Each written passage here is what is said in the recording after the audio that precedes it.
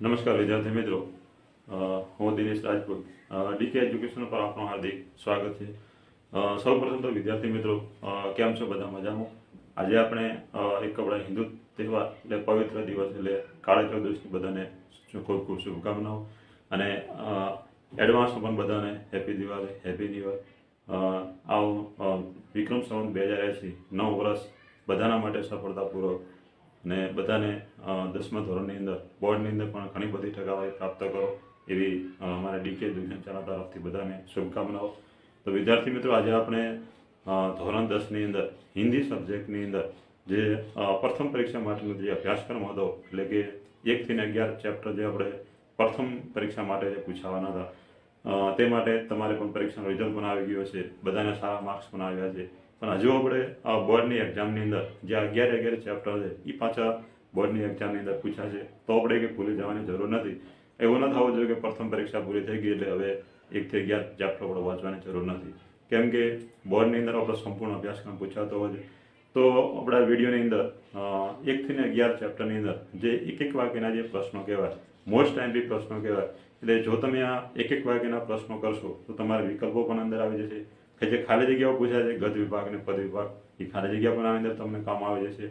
એક વાક્યના જે પ્રશ્નો પૂછાતા હોય છે એ એક વાક્યના પ્રશ્નો પણ આની અંદર તમને સંપૂર્ણ મળી રહેશે. ખાસ તો વિદ્યાર્થી મિત્રો, આપણે 1 થી 11 ચેપ્ટરની અંદર જે મોસ્ટ ટાઈમિંગ જે પ્રશ્નો કહેવાય એવા અંદરથી શોધીને કે ખાસ ઇમ્પોર્ટન્ટ પ્રશ્નો કહેવાય કે અવારનવાર બોર્ડની પરીક્ષાની અંદર પૂછાતા હોય, અવારનવાર ઘણા બધા એવા પેપરની અંદર તમે જુઓ તો આ પ્રશ્નો તમને જોવા મળી રહેશે એમ. તો આ જે મોસ્ટ ટાઈમ જે એક વાક્યના પ્રશ્નો છે એ વિશેની આપણે સંપૂર્ણ જવાબો સહિત એક પ્રશ્નના હું તમને જવાબ પણ આપીશ, એટલે જવાબો સહિત આપણે આ વિશે વિશેષ ચર્ચા પણ કરીશું.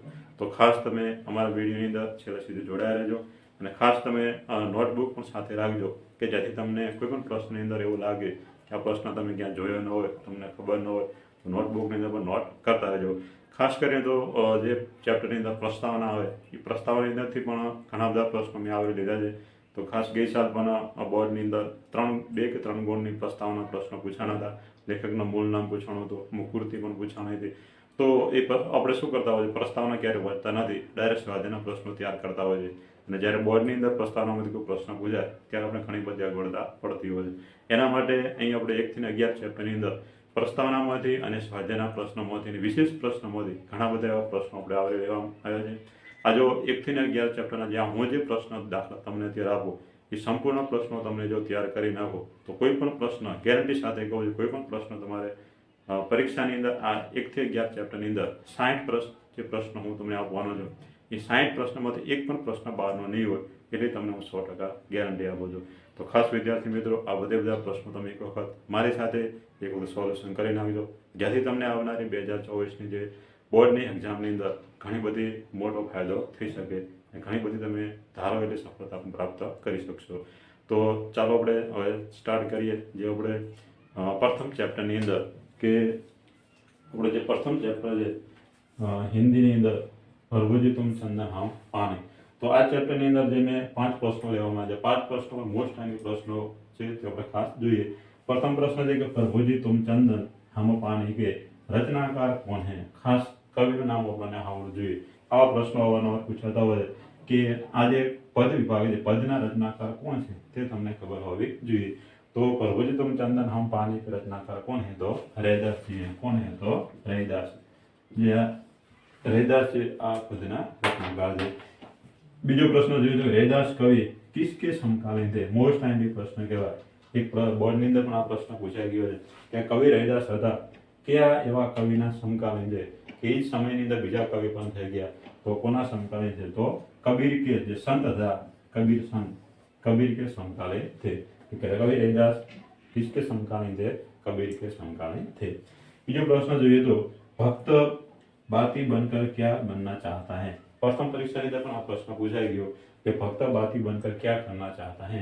तो भक्त बाती बनकर क्या करना चाहता है? तो जलना चाहता है. શું જવાબ આવશે? जलना चाहता है. अगला प्रश्न જોઈએ तो रैदास के गुरु का नाम क्या था. रैदास के गुरु का नाम क्या था. આ કવિ રૈદાસ थे, उसके गुरु कौन थे? तो गुरु नाम આપણને પ્રસ્તાવનાનો પ્રશ્ન તમને ખબર હોવી જોઈએ. तो रैदास के गुरु का नाम क्या था? तो स्वामी रामदास. રામાનંદ, અને રામાનંદ લખો તો બી ચાલે, અને कवि स्वामी रामानंद। के रैदास के गुरु का नाम क्या था? तो स्वामी रामानंद उसके गुरु का नाम था। सोने का महत्व कब बढ़ा? अवारनवार आ प्रश्न पूछातो है कि सोनाનું મહત્વ કેવી રીતે વધે છે, એવું શું કરવામાં આવે છે? કવિ આપણે આ પ્રશ્નની અંદર સમજાવે છે કે जब सोने का महत्व किसके साथ मिलन होता है? तो सुहागा से मिलन से, सुहागा से मिलन से सोने का महत्व बढ़ता है। खनिज पदार्थ है, ये खनिज पदार्थનું સોના સાથે મિલન થાય તો એનું મહત્વ વધી જતું હોય। તો ખાસ આ 5 પ્રશ્નોનો આપણે ખાસ ખબર હોવી જોઈએ। બીજા પાઠની જે ભૂતિકા કે જે ચેપ્ટરની અંદર આપણે પ્રશ્નો જોઈએ તો લડકો કો વિદેશ કિસકે સાથ? વિદેશ દ્વેષ ભાવ કહેવાય કે જે નાના છોકરાઓ હોય, યુવાનો હોય, તેનો સૌથી વધારે દ્વેષ ભાવ કોની સાથે હોય? તો ભૂતિકા કે ચેપ્ટરની અંદર આપણે ખાસ આ બી પ્રશ્ન કહી શકાય कि लड़कों को विदेश किसके साथ होता है? बूढ़ों के साथ होता है। किसके साथ? बूढ़ों के साथ। तो घरड़ा माणसों હોય એમની સાથે યુવાન છોકરાને ઘણો બધો દ્વેષભાવ હોતો હોય। बुढ़ापे में भूतिका की समस्त इच्छाओं का केंद्र कौन सी इंद्रिया थी? जो आ प्रश्न पर पूछा तो बुढ़ापानी अंदर भूतिका की जो इच्छाओं थाय ई इच्छाओं समस्त केंद्र कई इंद्रिय थी? अपना शरीर में बधी इंद्रियों है, ई इंद्रियों समस्त केंद्र कौन सी इंद्रिया थी? तो कौन सी इंद्रिय? तो स्वादेंद्रिय। कौन सी आपसे? स्वादेंद्रिय के जेमने स्वाद लेवानी इंद्रिय थी, ये सब बधी इच्छाओं केंद्र कौन सी इंद्रिय? तो स्वादेंद्रिय इंद्रिय थी। और अगलो प्रश्न जो तो भूतिका की कैसे रोती थी? आप प्रश्न अपने प्रथम परीक्षा में पूछा गयो कि भूतिका की कैसे रोती थी? तो भूतिका की कैसे रोती? गला फाड़ फाड़ कर। कैसे? गला फाड़ फाड़ कर। भूतिका की कैसे रोती थी? गला फाड़ फाड़ कर रोती थी। जवाब सौ से गला फाड़ फाड़ कर। अगला प्रश्न जो तो किस खुशी में लाडली को नींद न आ रही थी? लाडली को किस खुशी में लाडली को नींद न आ रही थी? जो लाडली थी भूतिका की भतीजी थी, उसकी किस खुशी में नींद न आ रही? तो किस खुशी में? तो भूतिका की को पूड़ियाँ खिलाने की खुशी में। पूड़ियाँ खिलाने की किस खुशी में? भूतिका को पूड़ियाँ खिलाने की खुशी में लाडली को नींद न आ रही थी। अगला प्रश्न जो है तो भूतिका के भतीजे ने उनका क्या हत्या ली थी? भूतिका के भतीजे था कौन था? पंडित बोधीराम। जो पंडित बोधीराम ने भूतिका से क्या हत्या ली थी? પોતાના હાથોમાંથી શું લઈ લીધું હતું? તો क्या हत्या ली? तो भूतिका की सारी संपत्ति थी, वो संपत्ति पंडित बोधीराम ने हत्या ली थी। શું આવશે? ભૂતિકા की सारी संपत्ति આવશે। આગળનો પ્રશ્ન જોઈએ તો ભૂતિકા કે લેખક કોણ? જો પ્રસ્તાવનામાંથી મેં અવારનવાર પ્રશ્નો લેવાનો ઘણો બધો પ્રયત્ન કર્યો છે કે ભૂતિકા કે લેખક કોણ છે, તો તમને ખાસ લેખકનું નામ પણ ખબર હોવું જોઈએ। તો ભૂતિકા કે લેખક કોણ છે? તો પ્રેમચંદ, कवि प्रेमचंद भूतिका के लेखक अथवा रचनाकार थे। અને આગલો પ્રશ્ન गई साल 2023 ની બોર્ડની એક્ઝામની અંદર પ્રશ્ન પૂછાઈ ગયો કે प्रेमचंद का मूल नाम क्या था? कोई पण कविનું मूल नाम 100% एक प्रश्न पूछाય તમને ખબર હોવી જોઈએ। तो प्रेमचंद का मूल नाम क्या था? तो गणपत राय प्रेमचंद का मूल नाम था। तो આ પણ તમને ખબર હોવી જોઈએ। આ રીતે વિદ્યાર્થી મિત્રો ચેપ્ટર 1 અને ચેપ્ટર 2 ની અંદર આ પ્રશ્નો આપણે આઈએમપી પ્રશ્નો બધા લેવાને આપણે કોશિશ કરી હવે ચેપ્ટર 3 આપણે જોઈએ।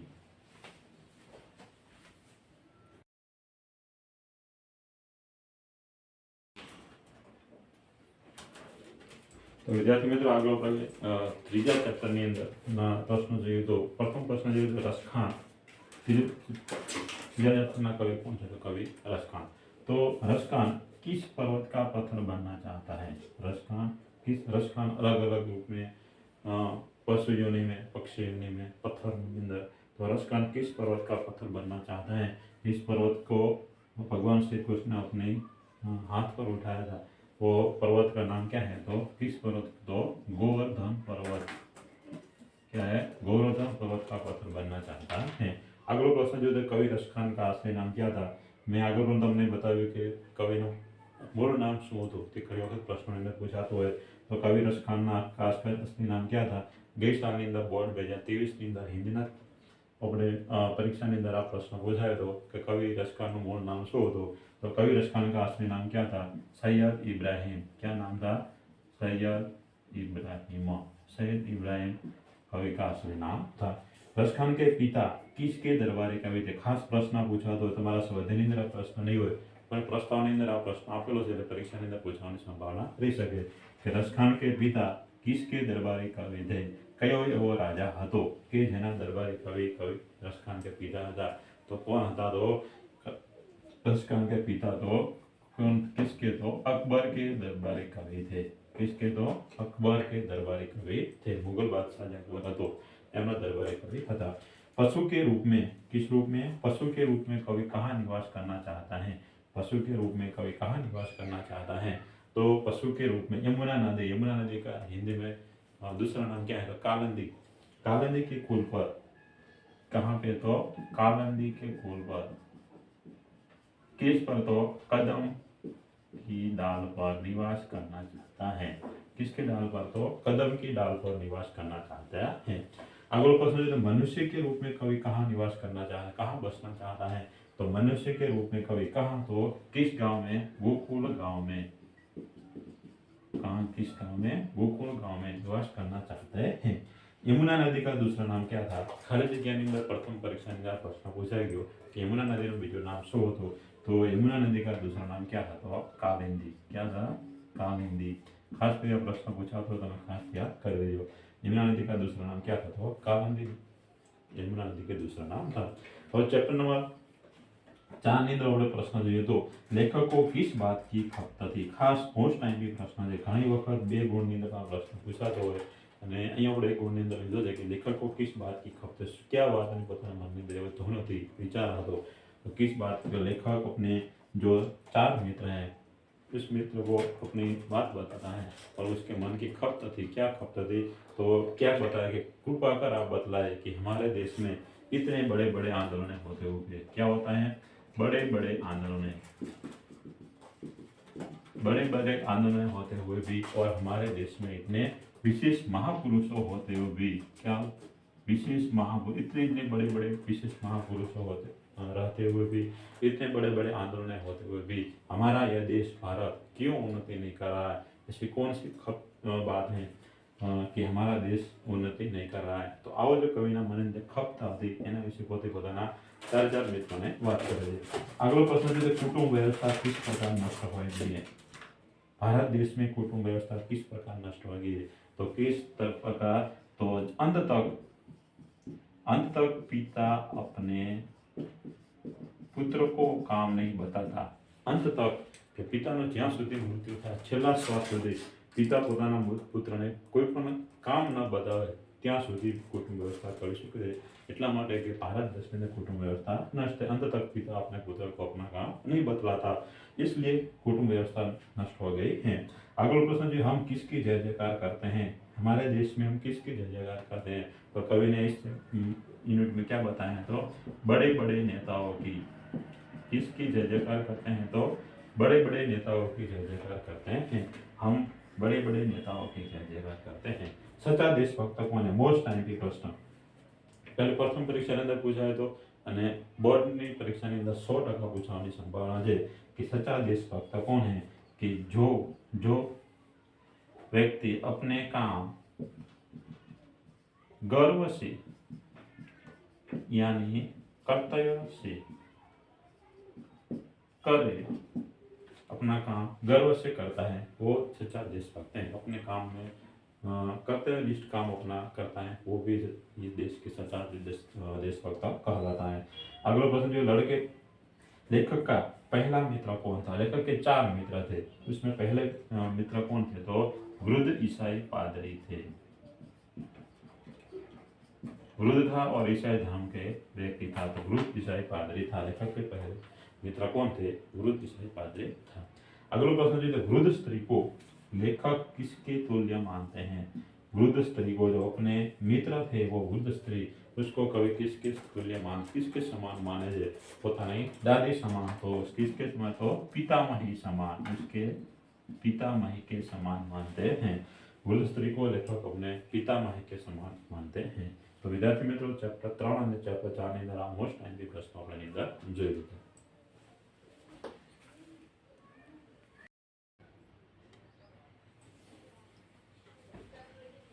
હવે વિદ્યાર્થી મિત્રો આપણે ચેપ્ટર નંબર 5 એટલે પદ જે મીરાબાઈ કે પદ હે એના પ્રશ્નો આપણે જોઈશું खास विद्यार्थी मित्रों, તમે જો અમારી ચેનલ પર હજુ પણ નવા હો તો અમારી ચેનલ લાઈક કરો, સબસ્ક્રાઈબ કરો, બાજુમાં આવેલા બે આઇકન પર ક્લિક કરો જેથી તમને નવા વિડીયોની માહિતી મળતી રહે.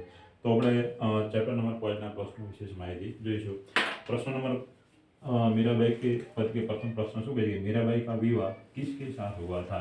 તો સ્વાધ્યાયની અંદર આ પ્રશ્ન આપેલો નથી, પણ પ્રસ્તાવની અંદર આ પ્રશ્ન તમને આનો જવાબ મળે છે. તો પ્રસ્તાવની અંદર આપણે પ્રશ્ન લેવાની કોશિશ કરીએ છીએ कि मीराबाई का विवाह किसके साथ हुआ था? तो मीराबाई का विवाह किसके साथ हुआ था? राजा भोज के साथ था, भोजराज के साथ हुआ था. मीराबाई का विवाह किसके साथ हुआ था? तो भोजराज के साथ हुआ था. राणा सांगा के 23 पुत्र थे भोजराज, उसके साथ मीराबाई का विवाह हुआ था. आगे बीजा प्रश्न है, पैरों में घुंघरू देखकर मीरा को उसकी सांस कहाँ कहते हैं? जब मीरा संत के साथ जो वो नाचती है पैरों में घुंघरू बांधकर, तो उसको देखकर उसकी सांस मीरा को क्या कहते हैं? तो मीरा को उसकी सांस क्या कहती है? तो कुलनाशिनी क्या कहती है? कुलनाशिनी कहती है. मीरा को उसकी सांस कुलनाशिनी कहती है. और मीरा को ये उसकी सांस कहाँ कहते हैं? कुलनाशिनी कहते हैं. लोग क्या कहते हैं? ऐसा प्रश्न परीक्षा में कि मीरा को लोग कहाँ कहते हैं? पैरों में घुंघरू को देखकर लोग का क्या कहते हैं? तो लोग दीवानी कहते, बावरी कहते हैं. आप खबर हो जी.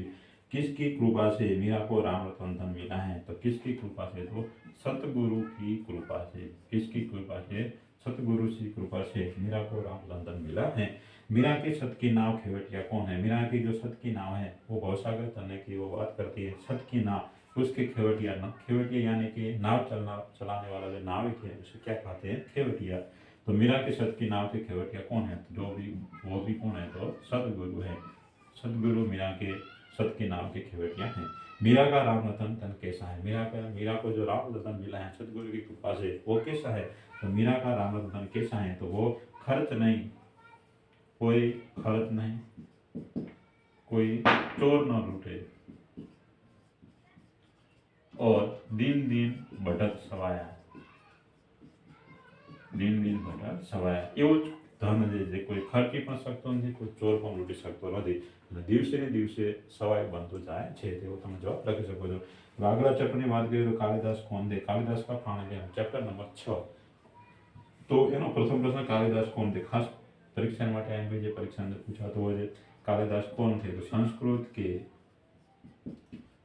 महान कवि थे. कालिदास कौन थे? संस्कृत साहित्य के महान कवि थे. दंतुल कौन था? दंतुल कौन था? तो